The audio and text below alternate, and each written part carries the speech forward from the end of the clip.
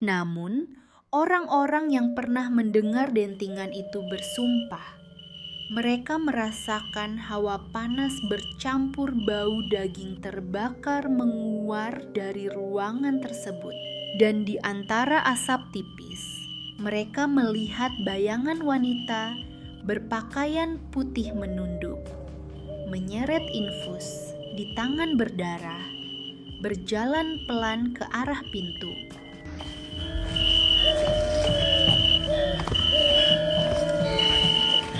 Pernahkah kau melintasi bangunan besar di pinggiran kota Bandung dengan jendela berdebu dan papan nama tua yang hampir roboh tertiup angin? Itulah Rumah Sakit Tua Bandung. Berdiri sejak zaman Belanda, kini dibiarkan kosong, lapuk, namun seolah masih menyimpan kehidupan yang tak terlihat. Dari luar, tampak biasa saja, tapi setiap orang yang lewat malam-malam akan mendengar suara langkah kaki, rantai berderak, dan bisikan halus memanggil nama. Mereka bilang, bangunan itu bukan sekadar reruntuhan tua, melainkan gerbang yang menghubungkan dunia orang hidup dan roh-roh yang belum tenang. Rumah sakit ini dibangun pada tahun 1927 oleh pemerintahan kolonial Belanda. Awalnya untuk merawat tentara yang terluka dalam perang. Namun di ruang bawah tanahnya, sejarah menyimpan cerita lain. Ruangan gelap, lembab, tempat eksperimen medis terhadap tawanan yang dianggap tidak manusiawi. Para tahanan dibawa ke sana dalam keadaan terikat, dan tak seorang pun keluar hidup-hidup. Dindingnya menjadi saksi jeritan dan doa terakhir mereka. Penduduk sekitar sering melapor mendengar tangisan samar dari dalam tanah ketika malam tiba, seolah roh-roh itu masih menunggu pembebasan. Setelah Indonesia merdeka, bangunan ini diambil alih dan dijadikan rumah sakit umum bagi warga Bandung dan sekitarnya. Tapi, entah kenapa, banyak pasien meninggal mendadak tanpa sebab medis yang jelas. Dokter dan suster sering melaporkan gangguan di ruang perawatan. Peralatan medis bergerak sendiri, lampu berkedip, dan udara di lorong terasa dingin seperti tangan yang membelai kulit dari balik gelap. Hingga akhirnya pada tahun 1965 tragedi besar terjadi. Kebakaran hebat melahap sayap timur bangunan saat malam pergantian jaga. Api menyebar cepat, melalap oksigen, menelan jeritan, dan doa dalam satu kobaran merah menyala. Pasien dan perawat terjebak tanpa jalan keluar.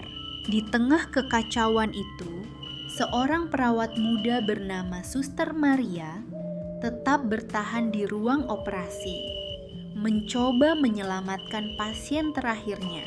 Ia menolak lari, memeluk tubuh pasien yang terbakar, hingga keduanya menjadi abu dan debu di bawah runtuhan plafon yang membara.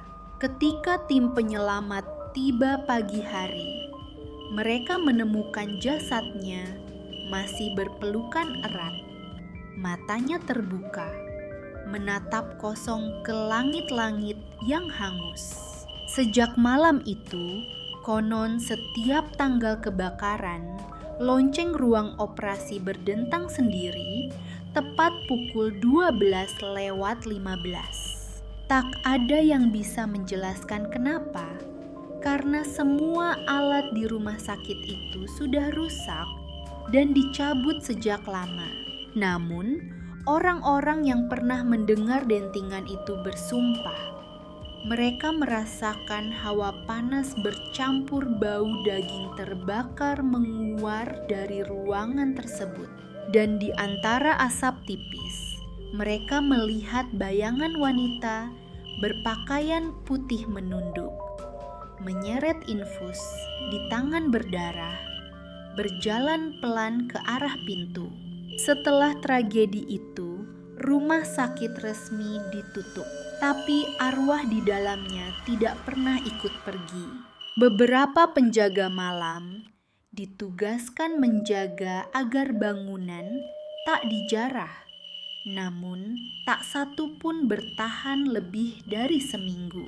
Mereka mendengar suara ranjang besi bergeser, tirai berdesir, dan langkah kaki tanpa tubuh berjalan bolak-balik di lorong utama. Salah satu penjaga bernama Pak Dharma pernah melihat cahaya redup dari ruang operasi, padahal listrik sudah lama diputus. Ketika ia mendekat, terdengar suara perempuan lembut, "Pasien berikutnya sudah siap, Dok." Ia mencoba menyalakan senter, tapi yang terlihat hanyalah bayangan hitam di balik kaca ruang bedah, berdiri tanpa kepala. Sejak malam itu, Pak Dharma tak pernah kembali. Ia ditemukan pagi hari di depan pintu, bibirnya pucat, matanya menatap kosong. Di tangannya tergenggam rosario hitam milik Suster Maria yang dikabarkan hilang saat malam kebakaran. Tahun 2011, sekelompok pemburu urban legend mencoba masuk ke Rumah Sakit Tua Bandung untuk membuat video dokumenter horor. Mereka membawa kamera, recorder, dan peralatan pendeteksi elektromagnetik. Semua tertawa di awal, menganggap ini hanya proyek konten biasa. Namun, 15 menit setelah masuk, kamera pertama mendadak mati total. Hanya suara langkah mereka yang terekam, diikuti desahan pelan dari arah koridor. "Jangan tinggalkan aku."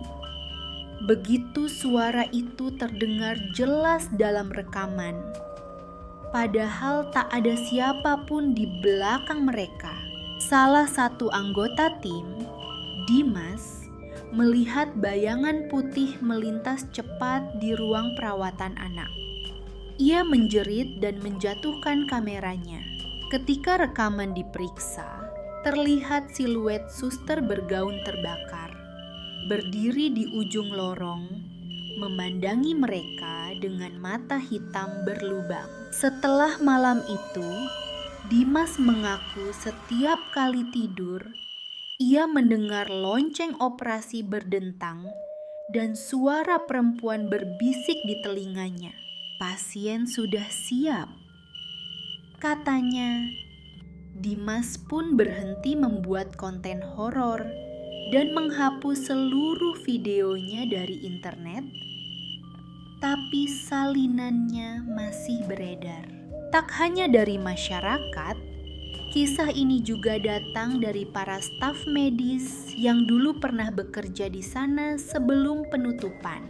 Seorang perawat tua bernama Bu Ratna mengaku sering mendengar suara langkah kaki pasien yang diseret menuju ruang operasi tengah malam.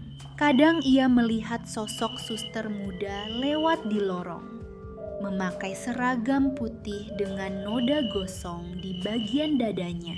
Tapi ketika ia mencoba menyapa, sosok itu berhenti, menoleh perlahan, dan wajahnya meleleh seperti lilin terbakar. Bu Ratna pingsan dan dirawat selama seminggu. Sejak itu, ia bersumpah tak pernah lagi menyebut nama Suster Maria di malam hari. Dokter senior juga melaporkan kejadian aneh. Peralatan medis bergerak, monitor hidup sendiri, dan catatan pasien berubah menjadi nama-nama yang sudah meninggal. Mereka meyakini roh para pasien yang terbakar malam itu masih terus menjalani perawatan di dunia mereka sendiri. Dunia yang dingin, gelap, dan abadi di dalam dinding Rumah Sakit Tua Bandung. Beberapa peneliti spiritual dari komunitas para psikologi Bandung pernah melakukan investigasi resmi di lokasi. Mereka membawa alat sensor elektromagnetik, recorder audio, dan kamera inframerah untuk merekam fenomena di malam hari di lokasi. Hasilnya mencengangkan. Suhu di ruang operasi tiba-tiba turun drastis hingga 6 derajat, padahal semua jendela tertutup rapat. Di tengah keheningan, muncul suara berdentang pelan, diikuti rekaman bisikan perempuan berbahasa Belanda. Het vuur is nog niet gedoofd. Apinya belum padam. Peneliti menyimpulkan, energi spiritual di bangunan itu sangat kuat, tertambat antara trauma dan kematian massal yang tak pernah terselesaikan. Mereka percaya setiap rumah sakit menyimpan pantulan jiwa dari orang-orang yang meninggal dalam rasa takut dan sakit yang luar biasa. Dan di Rumah Sakit Tua Bandung, pantulan itu telah menjadi sosok nyata, entitas yang sadar akan kehadirannya sendiri. Ia tak sekadar bayangan, tapi entitas yang bisa mendekat, berbisik, bahkan menyentuh kulit orang yang berani menantangnya. Tahun 2019, pemerintah sempat menugaskan penjaga baru, Pak Darto, untuk menjaga area karena sering dijadikan tempat vandalisme. Malam pertama terasa biasa. Hingga sekitar pukul 2:30, terdengar suara ranjang besi bergerak dari ruang rawat. Ia menyalakan senter dan berjalan pelan, jantungnya berdebar. Udara terasa berat dan aroma melati menyengat dari arah koridor. Di ruang rawat nomor 13, ia melihat sprei tua yang bergoyang, seolah seseorang baru saja berbaring di sana. Saat ia mendekat, suara perempuan lembut terdengar. Pasien berikutnya sudah siap. Lalu tirai berdebu bergerak sendiri. Dari balik tirai, muncul sosok wanita berpakaian putih gosong. Kulitnya retak dan terbakar, memegang alat infus menetes darah. "Aku masih di sini," katanya pelan. Pak Darto teriak sekeras mungkin, lalu semua lampu padam, menyisakan suara napas dari segala arah. Esoknya, warga menemukan Pak Darto pingsan di depan ruang operasi, wajahnya membiru dan di tangannya tergenggam rosario hitam. Setelah kejadian itu, pemerintah memutuskan untuk menyegel seluruh area. Tapi bahkan beton segel pun tak menghentikan suara-suara itu. Setiap tengah malam, warga sekitar masih mendengar roda ranjang berderak dan lonceng ruang operasi berdenting lirih dari dalam bangunan gelap itu. Mereka bilang, jika kau berjalan melewati rumah sakit itu saat tengah malam dan menatap jendela lantai 2, jangan terlalu lama menatapnya. Karena terkadang di balik tirai putih itu ada sosok suster yang berdiri diam, menatapmu dengan mata hitam kosong, menunggu giliranmu sebagai pasien berikutnya.